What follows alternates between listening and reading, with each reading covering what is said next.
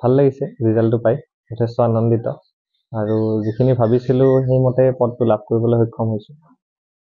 মই assistant registrar cooperative societies সেইটো পদত স্থান লাভ কৰিছোঁ।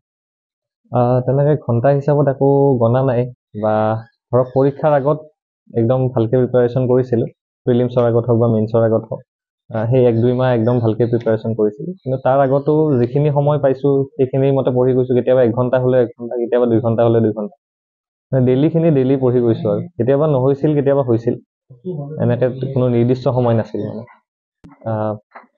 অনলাইনৰ পৰা যিখিনি পাইছোঁ সেইখিনি লৈছিলোঁ। প্ৰস্তুতি প্ৰথমতে হ'ল যিখিনি বিষয় আছে, চিলেবাছত যিখিনি বিষয় আছে তাৰে যিটো বেছ বা ফাউণ্ডেশ্যন সেইটো ষ্ট্ৰং হ'ব লাগে। তাৰ কাৰণে যিকেইখন NCERT বুক আছে সেইকেইখন ফ'ল' কৰিব লাগে ক্লাছ 11-12।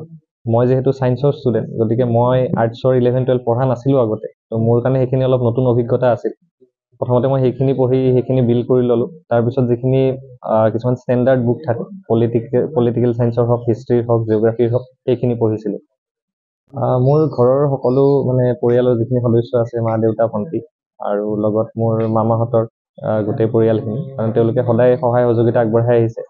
আৰু লগতে বন্ধু কিছুমান আছে যিসকলে যোৱাবাৰ APSC পৰীক্ষাত পাইছিল বা তাতকৈও আগতে পাইছিল, তো তেওঁলোকে বিভিন্ন সময়ত মোক বহুত ক্ষেত্ৰত সহায় কৰিছে যে কেনেকৈ কি পঢ়িব লাগে বা ইণ্টাৰভিউৰ ক্ষেত্ৰতো কেনেকৈ প্ৰিপেয়াৰ কৰিব লাগে।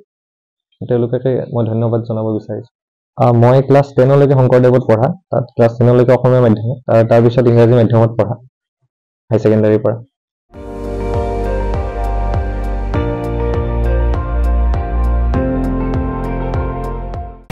আপুনি চাই আছে ND24, সৰ্বশ্ৰেষ্ঠ নহয় সৰ্বোত্তমৰ দৌৰ।